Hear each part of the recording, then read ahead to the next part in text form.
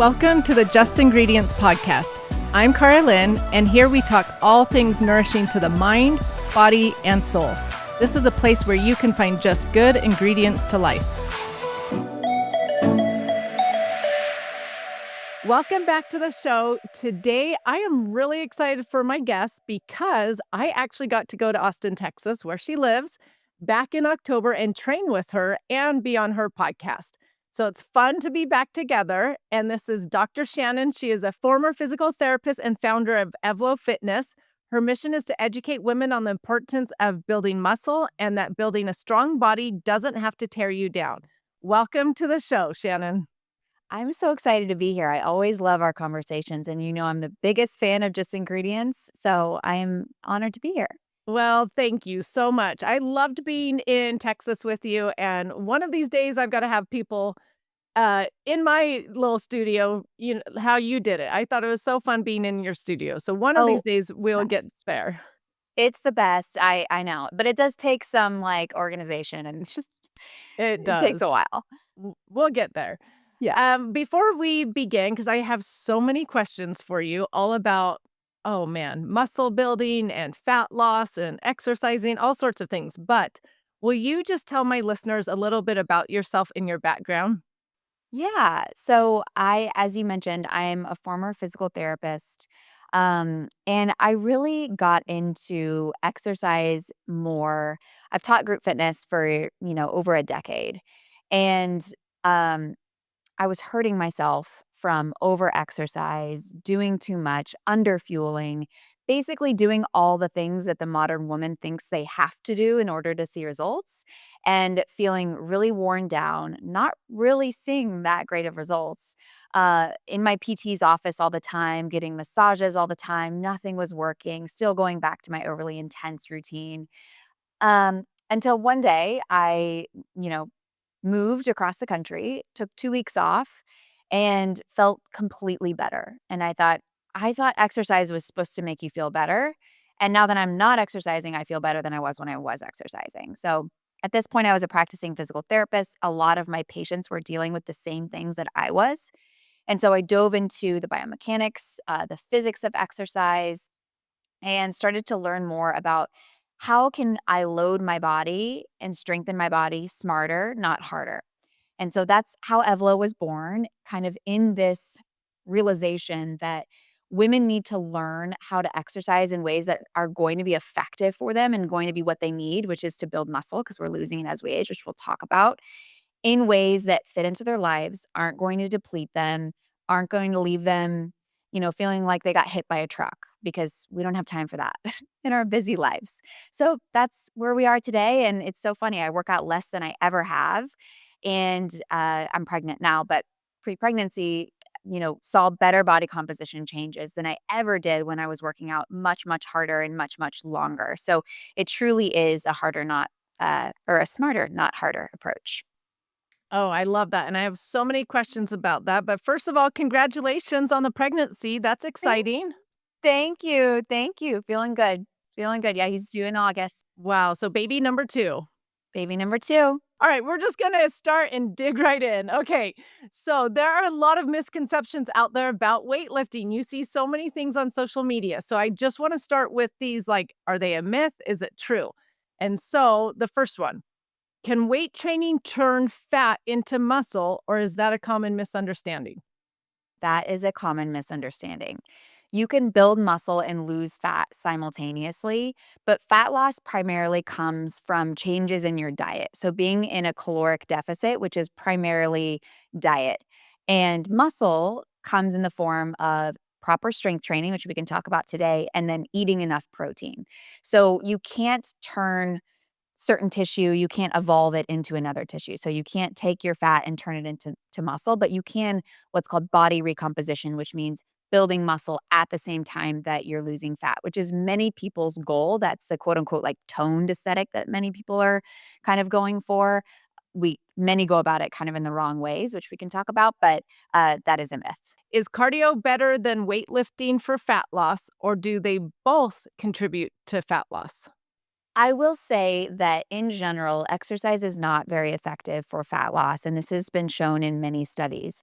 What happens is when someone increases activity, they might see some small weight loss in the beginning, and that weight loss tends to plateau. So maybe just like a few pounds over the course of a few months, just from adding exercise alone. Now, if they're adding exercise and they are changing their diet, then they will see more rapid weight loss. But again, the weight loss is primarily coming from the change in calorie intake in a diet rather than exercise. So I'll say that right off the bat is that exercise just is not very effective for fat loss, which is why I don't recommend having fat loss be the primary reason as to why you're exercising. Now, if we're just looking at overall energy expenditure, typically cardio burns more energy than a strength training session will, burns more calories than a strength training session will. So in the short term, if we're just looking at equivalent calorie burn, cardio wins in that place. However, if we're looking at the metabolic changes that happen with both of those, you will absolutely see metabolic benefits from cardio. I'm not a cardio hater, but the benefits that you will see from building muscle as it relates to fat loss over time might be higher. And this is because of muscle's involvement in insulin sensitivity and glucose regulation, and basically your ability to store what you eat in the muscle instead of storing what you eat as fat. So, I think okay, so if we're just looking at long-term versus short-term fat loss, cardio might have an edge over muscle building in the short term, but in the long term, I would say muscle has the edge with the caveat that neither are going to be the magic bullet for fat loss. Okay, good to know. So next thing for a misconception or not, do you need to lift heavy weights to see results, or can lighter weights be effective too? This is such a hot topic because people want a black and white answer, and the truth is that there's not a black and white answer because it depends on the muscle group, it depends on your fitness level, it depends on what lift you're doing. So, in general, we like what the studies show is that you can lift relatively light and still see muscle growth. However, if you're lifting too light and the loads are too light, then you won't see substantial strength or muscle growth gains. So, what we see is anywhere from 6 reps all the way up to about 30 reps can create about equivalent muscle growth. So, what matters is that you're taking each of your sets close to muscular failure in 30 reps or less. So, muscular failure means you're physically unable to complete another rep. So, you don't have to get all the way to muscular failure, but you do need to get a couple reps shy of that. So, if you're just asking yourself, is this too light? If you could do more than 30 reps, it's too light. I like to shoot for much fewer reps than 30 because 30 is a lot of reps. So I like to kind of shoot around like 15 reps, 20 reps or less and get close to failure in that time frame. So if you're doing let's say you're doing a shoulder abduction, the lever is really long, and we don't need to get into the physics of it, but you can use a relatively light weight for that lift, like what we did together, Carlin, when you were in Austin. You can use a relatively light weight for that lift and still get close to muscular failure in under 30 reps. Now, if you're using a 5 or a 10-pound weight for lower body, that's not gonna be enough. Your glutes probably need a lot more resistance to that than that. You probably need to lift a lot heavier to get close to failure in that 30 rep or less, rep range. Okay, so question for you. Let's say I'm like, I don't have very much time today, so I just want to hurry and do a quick workout. Could I do heavier and do only like 8 reps and be done quicker rather than doing the 15 reps with a lighter weight? Absolutely. That's a benefit of lifting heavier is that your sets will just be shorter. Your sets can be, 30 seconds or less. And that set will be equally as effective as a higher rep set also taking close to failure, but take a lot less time. And a lot of times when you're lifting heavier, you get less systemic fatigue, so you're less overall tired and you get less burn. So the metabolic stress. And so it's often less uncomfortable than it is when you're doing higher rep. So that can be a great strategy if you're fatigued that day or if you don't have much time, but you still want to get a really stimulating workout in. Okay, so then that leads me to this next question because so many people think that you have to spend hours in the gym to actually build muscle. And so that's not really true, right? A short workout can be just as effective. Yes, because what matters is that you are doing highly stimulating sets. So again, you can do really short sets and what we do in EVLO is all of our workouts are 35 minutes and we do circuit style training which you can do. So you can do a lift for one muscle group. Let's say I'm working chest and then do my chest presses and while my chest is resting cuz the muscles do need recovery in between sets, in between rounds that you're working them. So while my chest is resting, I can work my back and I can do some rows for my back. And then I can go, to another muscle group and do maybe some shoulder work and then back to chest and then back to back, back to shoulders. And all of that can really compress your workout time so that you can get a great workout in like 30 minutes or sometimes even less. So smart because I'll see like men doing, let's say, bench press, right, for their chest. And then they sit there for like 5 minutes. And I'm like, hurry up. I am waiting for that bench. But they're resting, for so long. Then they'll do it again and then rest for so long. And I'm always like, go do something else while you're resting. And so I'm Yes. glad you just said that. Well, and what a lot of people will do, I'm glad you're bringing this up because I just read a study that supersets, so working another muscle group while that muscle group is resting is just as effective as just like resting. And you can rest totally. There's nothing wrong with that. But what a lot of people do in that rest period is that they'll do some cardio. They'll like go run on the run on the elliptical. I hope no one's running on the elliptical. They'll run on the treadmill or do some burpees or jump rope or whatever. And the reason why I don't recommend doing cardio while a muscle group is resting is because when you're doing cardio, you're accumulating fatigue. And that fatigue will affect your performance in the next set. And we want as high of performance as possible in your subsequent set so that you're getting really highly stimulating sets. So I would recommend either do circuit style training where you're working one muscle group and then the other and then the next and the next, or just do straight rest in between and try not to add your cardio in between. Okay. So this next question, I still amazed that people still think this. I thought we were done thinking this, but I guess it's still being taught on social media. And is it true that lifting weights makes women bulky? Or is that a myth? I swear I get asked this on like every single podcast that I go on. And here's the thing. That bulky appearance often happens when you are gaining fat mass and you're gaining muscle mass at the same time. So the fat mass is coming from being in a calorie surplus and you're also gaining lean mass. So you may feel bigger overall. So if that's happening, that might be this reported bulky feeling. However, you can train and eat in ways in which you are either maintaining your fat mass or losing fat mass at the same time that you are gaining muscle. And this comes from a really structured approach of training properly and eating properly. But that I think is a lot of people's fear in and where that kind of comes from. Another thing that happens that may make people feel bulky is that you get a little bit of cell swelling after you exercise, especially if you're new to exercise. So your muscles can look bigger right away. And people think, oh my gosh, I'm adding all this muscle so quickly. You're probably not adding a bunch of muscle. You're probably just experiencing a little bit of cell swelling. Building a significant amount of muscle will take 3 months at least to see kind of noticeable gains, I would say. And then years beyond that to build a significant amount of muscle to actually be bulky from the amount of lean tissue that you're building. So it is a myth. Okay. So when you say 3 months, are we talking like 3 months for a couple pounds of muscle, a pound of muscle? Just varies. If you're new to training, it some people have these newbie gains in which they see results pretty quickly. So you can definitely see a couple pounds of muscle growth or more within 3 months if you're new. If you're trained, it might take you and if you're an experienced exerciser, it might take you a little bit longer than that 3 months to see, 3, 5 pounds of muscle mass, but, um, you have to remember that 1 or 2 pounds is spread across your whole body. So it's not gonna be 1 or 2 pounds in your arms, that's gonna make you look like a bodybuilder. It's spread throughout your whole body, so it's going to happen really gradually, and then eventually it kind of plateaus and it gets harder to build muscle as you become more trained and experienced.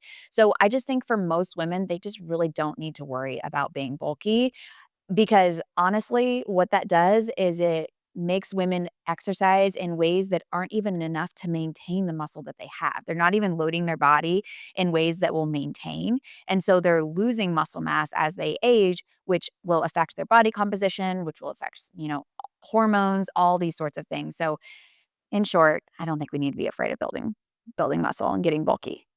Okay, so when you say they're doing things that won't help them maintain it, are you talking like they're doing cardio or things that won't they're not weightlifting? Is that what you're saying? Yes, and many people are just doing cardio and which won't be enough to maintain muscle for most people. Um, but then some people are resistance training and just not applying the principles of hypertrophy. So they're probably loading their muscles, they're probably lifting too light. So if you're going to a fitness class where you're doing really high reps, some Pilates or bar methods, not all, but some Pilates or bar methods are using weights that are just really too light and you're going far beyond that kind of 30 rep range. And so that might not even be enough to maintain muscle because those larger muscle fibers require more load. So you may be maintaining kind of smaller muscle fibers, but we tend to keep those smaller type 1 muscle fibers as we age anyways. And we're losing the larger, more powerful muscle fibers, those type 2 muscle fibers as we get older. So those are the ones that are the most crucial to load, and you have to load those using weight that is in that 30 rep range or less. Okay, that's good to know. All right, so another thing, we hear from older people like, "Oh, I don't weightlift anymore because it hurts my joints." Weightlifting is for younger people. So I know it's obviously for both, but is it hard on their joints? Like, why are they saying this? It could be hard on their joints because they are choosing exercises that are inappropriate for their bodies, or they're using weights that are inappropriate for their bodies, and they're not gradually progressing. So, for older individuals, a gradual progression is really important. Now, weightlifting can actually be extremely beneficial if it's done in the right ways for your joints. Anytime you load a muscle, you're also loading tendons, which cross at the joint and attach at the bone. So having stronger tendons improves joint health. And then you're also, anytime you're loading muscles, you're loading bones. And as we know, bone density is something that we lose as we age and can contribute to poor joint health and all sorts of other things. So absolutely, resistance training is extremely important, especially for well, all populations, but especially for older populations. They may just need to be more cognizant of which exercises they're choosing and how they are progressing. So I always like to say nothing should hurt. If you do an exercise and it hurts your low back or it hurts your hips or it hurts your knee, we need to find a different exercise. And people think that, oh, I just need to push through it because it's like the no pain, no gain. And I don't believe in that at all. You should feel that satisfying muscle contraction, but you shouldn't feel joint pain. We have way too many exercises at our disposal to move through pain. And pain is a warning sign from our body. So if you're feeling joint pain, switch out the exercise, choose a different exercise, and keep trying and searching for exercises until you find ones that feel really good. That's good advice. I have someone that works out at the gym where I go to, and they never wanna do leg ones because 'cause they're always like, "Oh, it hurts my knees. I can't. I'm just too old for this." And so, like you said, there's a variety of exercises out there that they could do for their legs. Yes, and it will improve their knees over time, for sure. Does weightlifting really stunt growth in kids and teenagers? I hear all the time, and even my boys who are big gym people are like, "Oh, yeah, they can't work out until they hit puberty. It's bad for them." So myth or Okay. true? This is something I saw on your question list. I actually am not I haven't dove into the research around this. So this is speculation. So if someone listening has dove into the research, like please correct me. But I do believe that this is a myth. I do believe that kids can strength train it safely throughout childhood and adolescence. But fact check me on that because I have not dove into the research that much on it. But if you think about it, they're doing sports and they're moving their bodies and they're getting stronger and having stronger muscles at a younger age can absolutely be beneficial for longevity. So I would say this is probably a myth. Okay. Back to one of my questions, and I meant to ask you this. We were talking about being bulky and women feeling bulky, but something that you hear a lot when people are saying, like, oh, yeah, I'm trying to weight lift now, trying to gain some muscle. People will say to them, like, oh, make sure you're eating enough, make sure you're getting enough protein. So, do you think there's such a focus and emphasis on that that people are overeating? I think it's very possible that people are overeating for their calorie needs, yes. Because it can be difficult, especially at first, to stay within your calorie window in which you're not gaining fat but also hit your protein needs. And I recognize that that can be tricky. And sometimes it's just a matter of like finding the foods and understanding macronutrient profiles and tracking for a little bit to really understand, okay, how can I both hit my protein needs, but also stay within my calorie like maintenance zone so that I'm not also adding fat. So yes, I do think that people tend to overshoot their calories in order to get protein in. You don't need to. You certainly don't. That's where honestly I do some supplementation. Like I love the just ingredients. Um, protein powder, I probably use the strawberries and cream every single day. You know my love for it. um, I love it. and Greek yogurt, cottage cheese. I do a lot of chicken. I do a lot of ground beef. I do sardines. So you just have to find the protein sources that um, are going to be good amounts of protein, but not put you over into a surplus. And for most people, unfortunately, that just takes some tracking and some really precise tracking so that you can really understand where you are and how your protein needs can fit into your calorie needs. And do you have a range that you like for people to stay within for protein? The RDs that we work with recommend 0.75 to 1 gram of protein per pound of body weight per day. So if you weigh, 150 pounds, on the high end, that would be 150 grams of protein per day. If that feels hard for you, you can go on the lower end of that spectrum and try to hit that 0.75.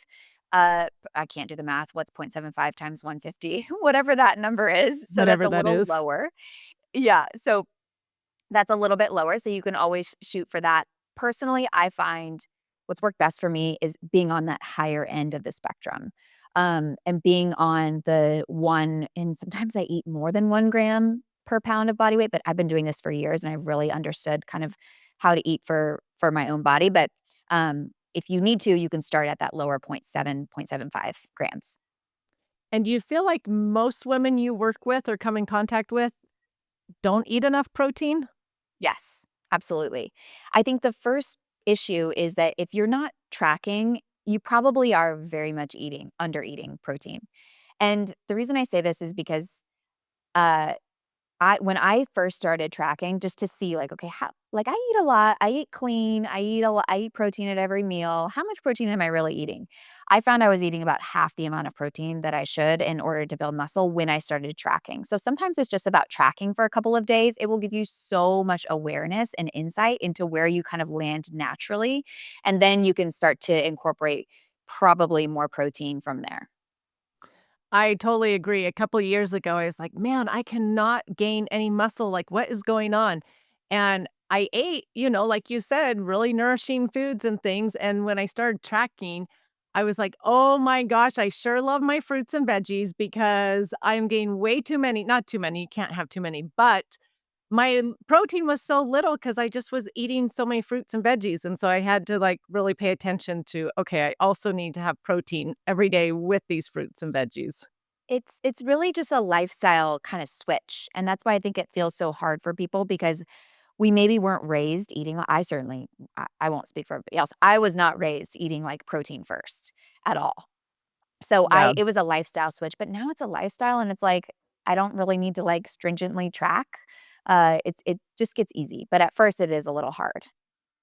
Well, it's crazy because protein actually plays a big role in hormones, and it also plays a big role in muscle building. So it has a ton of benefits to women, but yet women lack enough of it on a daily basis. But let's actually talk about hormones and muscle building because muscle building does impact hormones, correct? Yes. Yes, I would say one of the biggest hormones that muscle will impact is insulin, and insulin is probably something that people have heard a lot about. But the reason it's such an important hormone is that it's one of the rare hormones that affects every single cell in your body. So it has an effect on letting in glucose and energy into the cell. So, if we can be more insulin sensitive, we can be healthier in every single system of our bodies. And muscle is one way to improve your insulin sensitivity. The reason for this is because muscle is a large storage site for glucose. And so, when blood sugar is high or glucose is high, insulin is high. However, if glucose has more places to go, more storage sites via the muscle, the glucose can enter the muscle cells, be stored in the muscle cells, and insulin can be lower. And this can contribute to insulin sensitivity over time. So, this has a cascading effect across your body, and hormones are extremely complex. And I'm not an expert in hormones, but I will say that the importance of improving your insulin sensitivity is extreme important. I think that was redundant.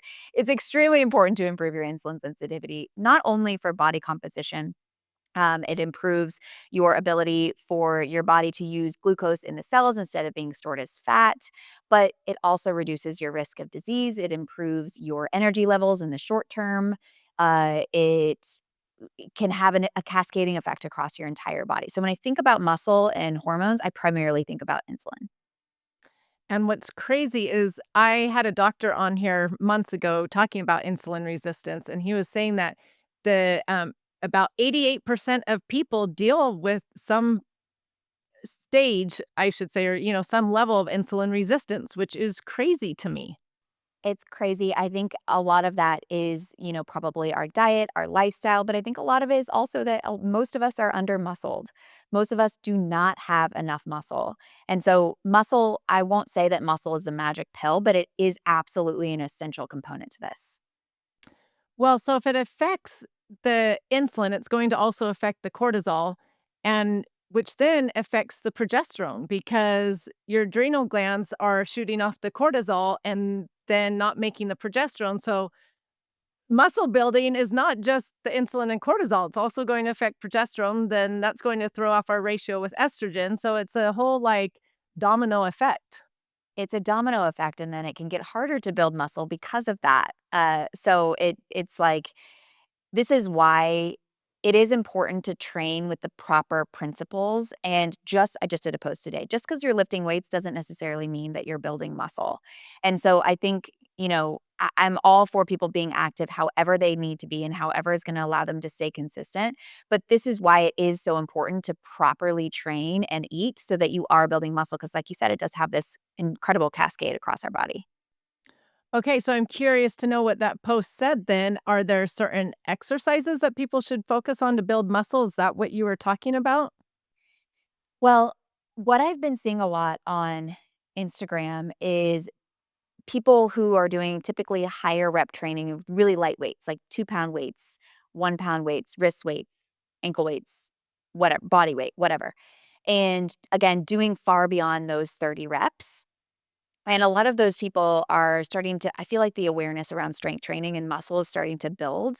And they're seeing that. And so they're switching to what they think are heavier weights. However, these heavier weights are still only, 5 pounds, 8 pounds, maybe 10 pounds, which some of those weights may be good for, like we said, smaller muscle groups like shoulders or triceps or arms, but probably not nearly enough for the larger muscle groups like your chest, your glutes, your back, things like that. So I think that's kind of where I was going, is just because you're lifting slightly heavier weights than what you're used to doesn't necessarily mean that you're building muscle, and you also may not even be building much strength. So I think, to really simplify it, if you can do more than 30 reps with the weight that you're holding, then it's not enough weight and you need to go up. Like I said, there's so many exercises that you can choose that will be effective for building muscle. Not all of them are. But it's so important to load with enough weight. Okay, so you just said something. You said they may not even be gaining strength. So is strength different than muscle mass?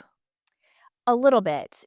In general, I don't like people to, like, obsess about this, because if you're building muscle, you're also building strength. Like, when you're adding more contractile protein, more tissue, you can't not build strength. So I think there's been this, like, online, I've seen a lot of strength building versus muscle building. I want to build strength, but I don't want to build size. And I like to tell people just most of us do need the size, number one. Most of us do need the muscle. There's very, very little people, like the population of people that need just more strength, but don't need more muscle is very small. So, what I like to say is if you're building muscle and you're applying those principles of hypertrophy that I just laid out of 30 reps or less, getting close to failure, you're also building a significant amount of strength. Okay, that's good to know. So, talking about what type of exercises then, I'm curious, what is your thought on HIIT compared to weightlifting for muscle growth? And I might add, maybe just tell people what HIIT is if they don't know what that is. Yes. So HIIT is high intensity interval training, and you're doing, a short period of all out intensity movement. So maybe it's sprinting, maybe it's jump squats, maybe it's the elliptical with heavy resistance, all out effort with periods of rest in between, and then you're repeating that in intervals. So that's HIIT training. Now, there's lots of like fitness classes that claim to be HIIT, but they aren't really true HIIT when we're looking at like what the literature is defining as HIIT. Because they're just keeping that intensity high the whole time. It's not interval training at all. But HIIT is extremely beneficial for your cardiovascular health and your VO2 max. Your VO2 max is the amount of oxygen that your body can use, and it's a really good indicator of cardiovascular fitness. So, HIIT is extremely beneficial for improving your VO2 max. However, it may be more of a cardiovascular adaptation rather than a lean muscle mass adaptation. So, if you think about it, when you're doing a when you're doing a sprint, you are limited generally by your heart rate. That's what's stopping you. You're not being stopped because you're approaching muscular failure. Your heart is what's limiting you, not the muscle. So, although HIIT is, I love HIIT, especially short amounts of HIIT, dosed, 1 to 2 times per week. That's really all you need because doing more than that can be counterproductive. But doing a little bit of HIIT on top of your strength training because they're going to have two totally different adaptations. So, having both is truly ideal. Let's take a quick break to hear from our show sponsor. It is important to make sure you're getting quality ingredients that are good for your body, inside and out. Some personal lubricants contain ingredients like parabens, glycerin, or petrochemicals, which have been linked to hormone disruption.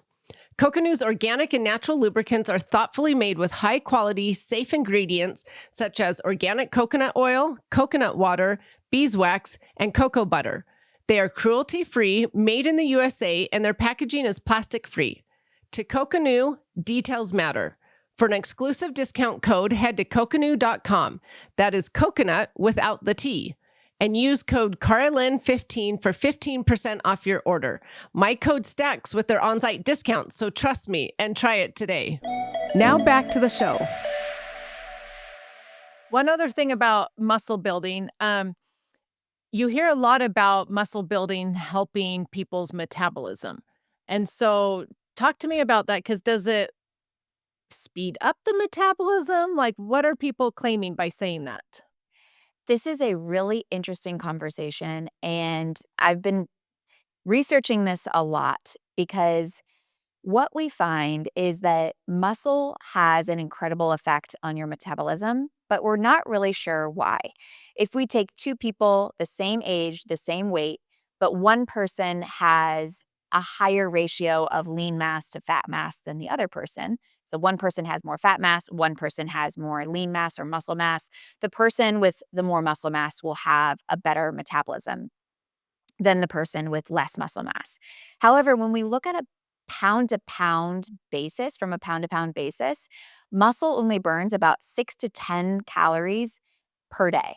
So 1 pound of muscle, 6 to 10 calories, that's not nothing, but it's not a ton. You could spend really an entire year building 5 pounds of muscle, and then you're burning maybe an extra 50 calories per day.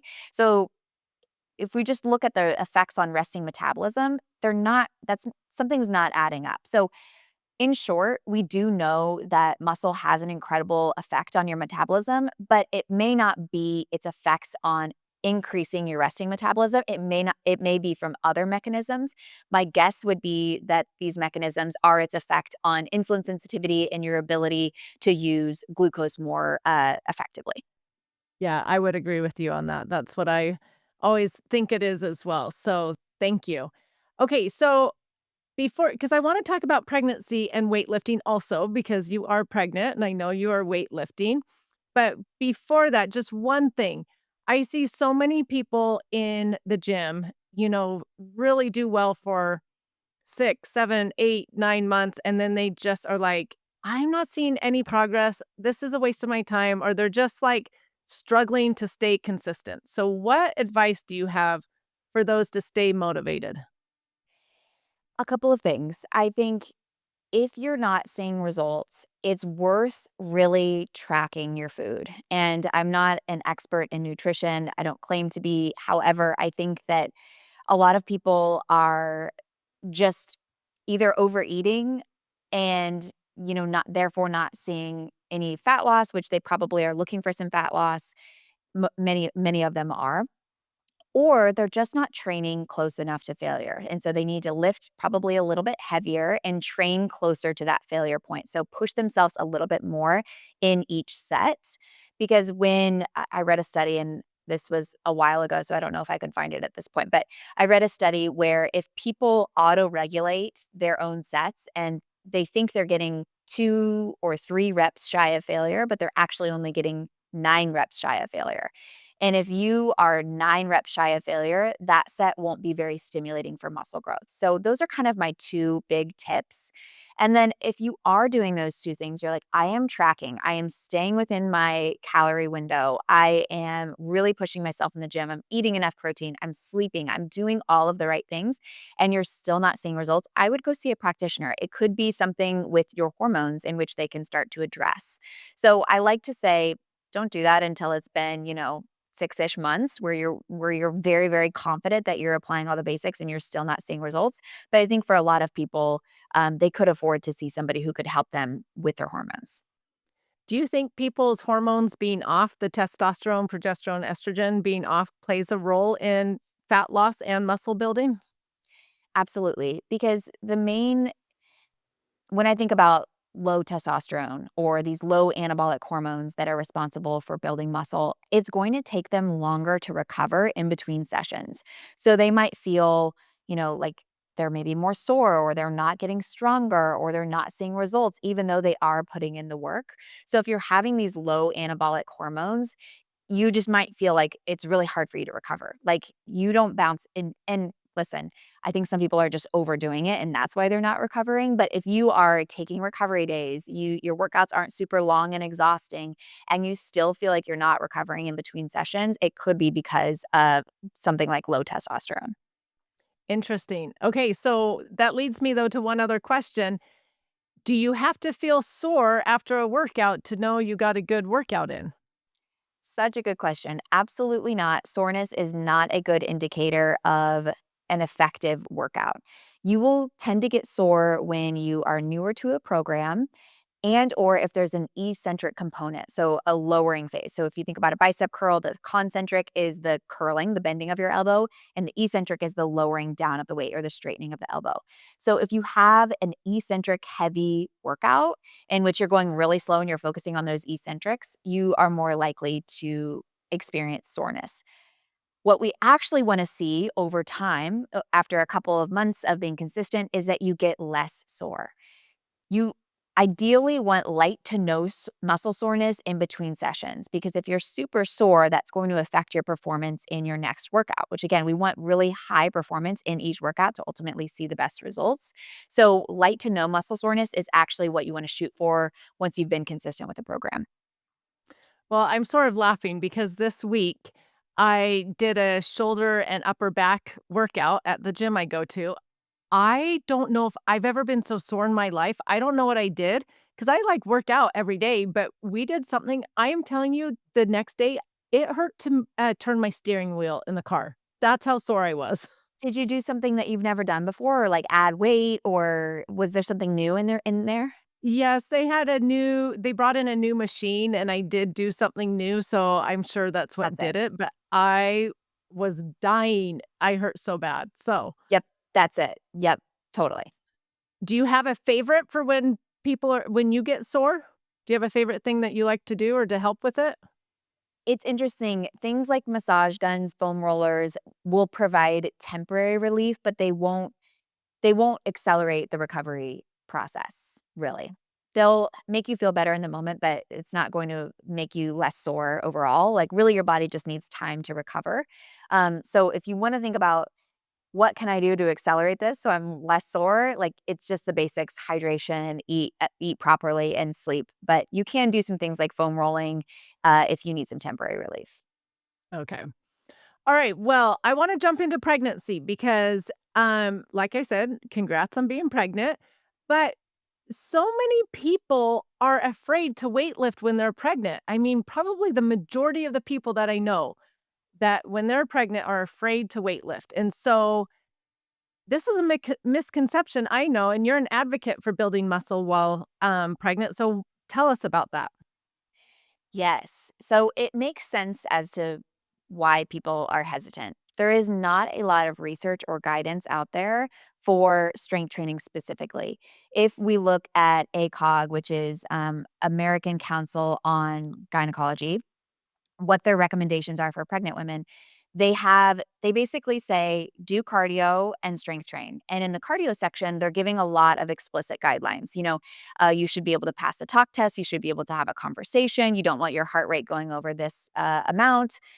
You wanna try to get in 150 minutes per week, and then when you get to the strength training session, it just says strength train, and there's no guidance on okay, how much weight should I be lifting? What intensity should I be doing? How many times a week should I be doing this? And so it makes a lot of sense that women are really confused and worried about continuing to strength train during pregnancy. With the very few studies that we have, we see that there is nothing to be afraid of when it comes to strength training during pregnancy, and in fact, it can be extremely beneficial for women to strength train during pregnancy because it reduces the risk of gestational diabetes. This is probably because of muscle's effect on insulin. However, what we see during pregnancy is that most people do nothing because they're afraid and they're confused and they don't know what to do, or they go to a really gentle program in which isn't loading their muscles at all. And so they start to lose muscle during pregnancy because during pregnancy, there's certain hormones during pregnancy that might accelerate muscle breakdown. So they're losing muscle during pregnancy, and then you take time off postpartum, and then you're losing even more muscle. And then so you get back into the swing of things once you kind of get your head above water after the baby's born, and you're like, oh my gosh, I feel like I have so far to go. Like, it's very defeating for women. And so if you continue to build strength and muscle throughout pregnancy, you can really start to get ahead of that. You can start to recover better after pregnancy. You reduce the risk of gestational diabetes, you improve your outcomes.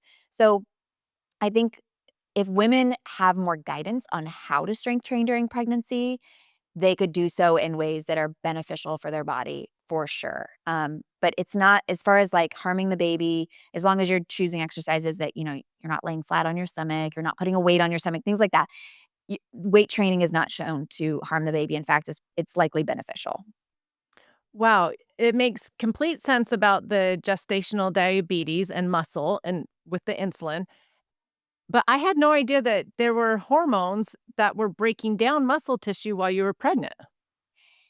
You have higher progesterone during pregnancy, which can decrease protein synthesis and increase Mm. fat storage. So there's that. But then it's interesting because there's also some other hormones that may potentially counteract this. Like you have an increase in estrogen, which estrogen is an anabolic hormone and involved in building muscle.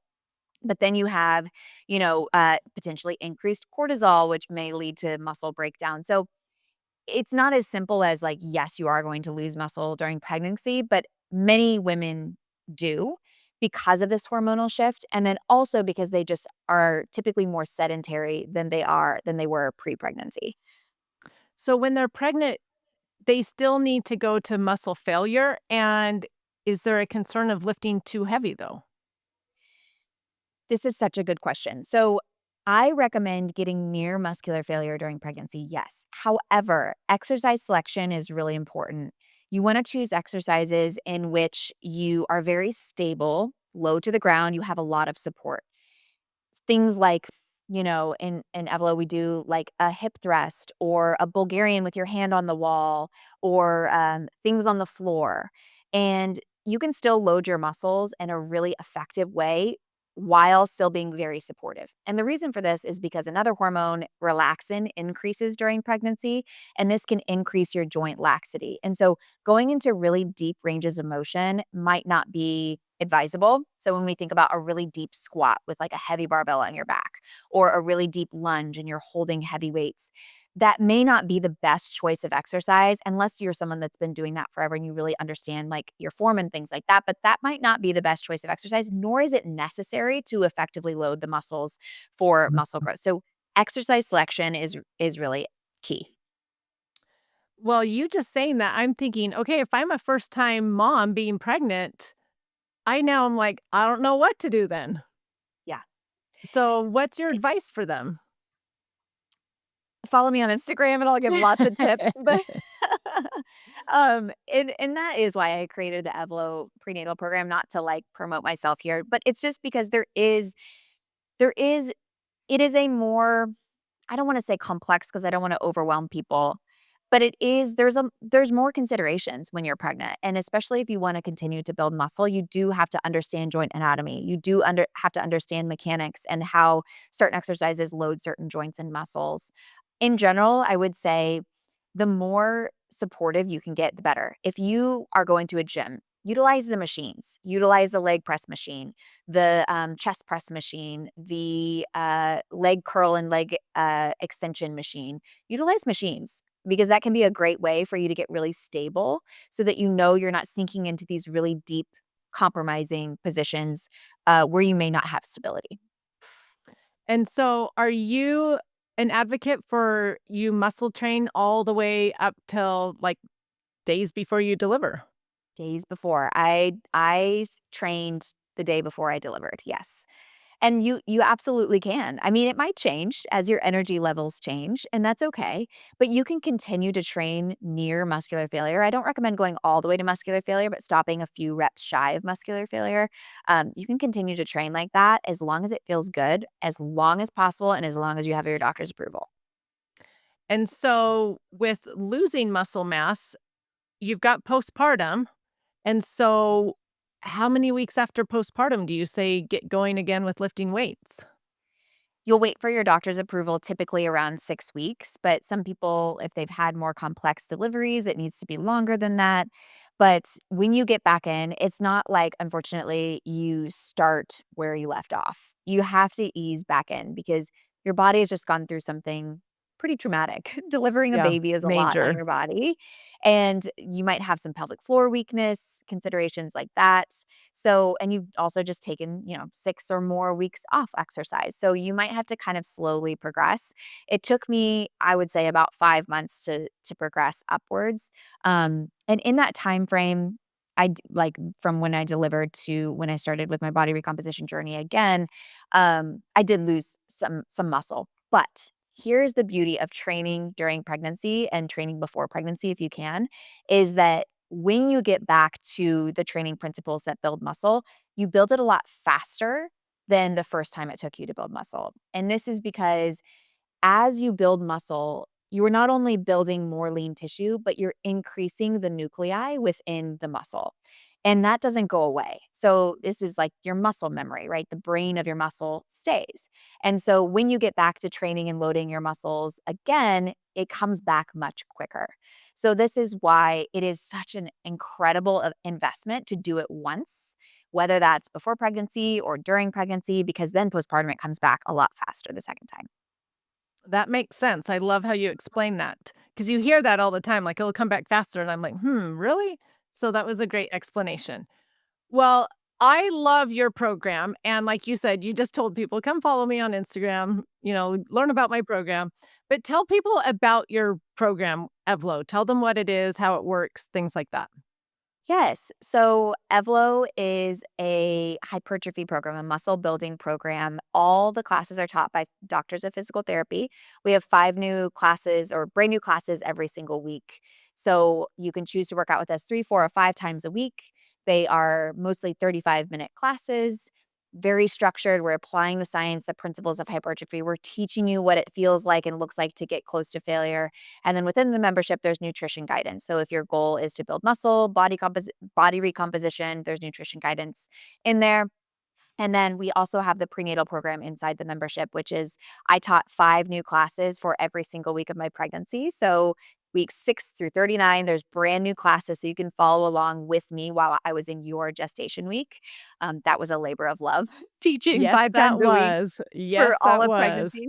But it's fun because now in my 2nd pregnancy, I get to follow it. So I get to see Mm. kind of like where I was in my 1st pregnancy, and it's really fun. So that's included in the EVLO membership as well. It is an amazing program, and we should tell them, like, one day is arms, one day is legs, like, it's not all muscles together at the same time. Correct, correct. We are very specific about targeting one muscle group at a time, which is really important for muscle growth. So, yes, and there's tons of, like, demos and that you can we always say if you hate an exercise, you don't have to do it, you can switch it, and we give you tons of, like, options right there. Can I give your listeners a code? I didn't ask you this offline, I Yes, should that have. would be great. Okay, Yeah. what code do you typically use? Just Ingredients is a good one. Okay, we'll use Just Ingredients for a free month. Oh, that would be amazing. You guys should take that offer. That is incredible. That's very nice of Yay. you. Oh, good. Um, but I'm curious, well, I know what you're gonna say, but tell the listeners, why isn't there a day 6 and 7 on your, with your program?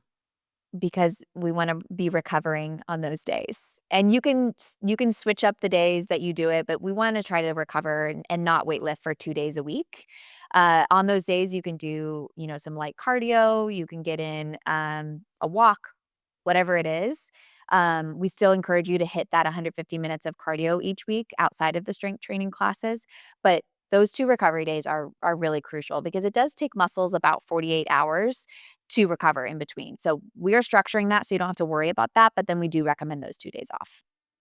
I'm glad you just said that because, I have a friend who well, a neighbor, I should say, that one and a friend, that sounds like they're not a friend, who told me that they go and do, like, legs in the morning, but they'll go do legs at night as well. And I was like, "You're working out your same muscle group 2 times a day, Y so you need time yeah. to recover, right?" Yes, that is n not only not effective, it's potentially counterproductive because your muscles need recovery. If you think about it, if you, like, scratch your skin, that skin needs time to heal. And in the meantime, you wanna protect it, you wanna, not brush up against it, you wanna cover it and give your body time to heal that that injury. And muscles are the same way. So if we work our muscles, we need 48 hours for our body to do its thing and build back the new tissue. So if we're interrupting that inflammation cycle by working the muscles again, we can start to kind of spin ourselves into chronic inflammation. So 48 hours is kind of the minimum that I recommend in between working muscle groups. Well, and I love that your EVLO is just you don't have to think about what you need to do that day for working out. You just show up, turn the app on, click on the app, and you guys have it ready. So I love that portion of it that you can just follow along. But do you ever get complaints that 35 minutes isn't enough, or do people love having just 35 minutes? Most people love it. I think that, I've tried to do a really good job at explaining why like, what to do in that 35 minutes, and that it doesn't need to be super long as you are doing the right things in that time frame. So most people I think are, like, kind of on board with that, but a lot of times we get new people that are like, "I'm not in a pool of sweat, I didn't burn a bunch of calories, and I didn't work out for an hour, so that wasn't enough." And all of those things are really arbitrary, just baked into our minds from the fitness industry trying to sell us products, and none of those things are actually scientifically valid. So if we're looking at what's important for building muscle strength, improving your body composition, it's getting close to failure and doing enough volume in which you can absolutely do in that 35-minute time period. I love that you're educating on this and teaching people this because the industry, fitness industry, has really messed us up. I feel like because I talk to women all the time if they don't get a really good sweat and are like huffing and puffing and just dying afterwards, they don't think it's a good workout. And so I love that you're trying to teach this new mindset of what it should be. Well, and I recommend questioning pretty much everything you see in the fitness industry unless it's coming from like a qualified expert, because most of the things that we've been taught are to sell us on whatever that person is selling. And as we know, and as you know, Carlin, branding is not always honest. And a lot of times they are telling you what they think you need to hear or want to hear in order to get you to buy in, but it's not based on the science at all. So I always recommend being very cautious and also just keeping an open mind and asking yourself, okay, has that really worked for me in the past? Or do I feel run down and do I feel less healthy from that approach, which is often the case? Yeah, I agree. Question everything. I even tell people question my stuff. Go find the research yourself if you want. Like here are research articles that I've posted and you can read them, but we should be curious and asking questions. That's how we grow and develop. So I love that Absolutely. thought. Well, But thank you so much for being here. I could have asked you so many more questions. There's so much out there in the fitness world that I could ask you about. So maybe we'll have to do a part three, I would months down the road. I would love to do a part 3 anytime you need me.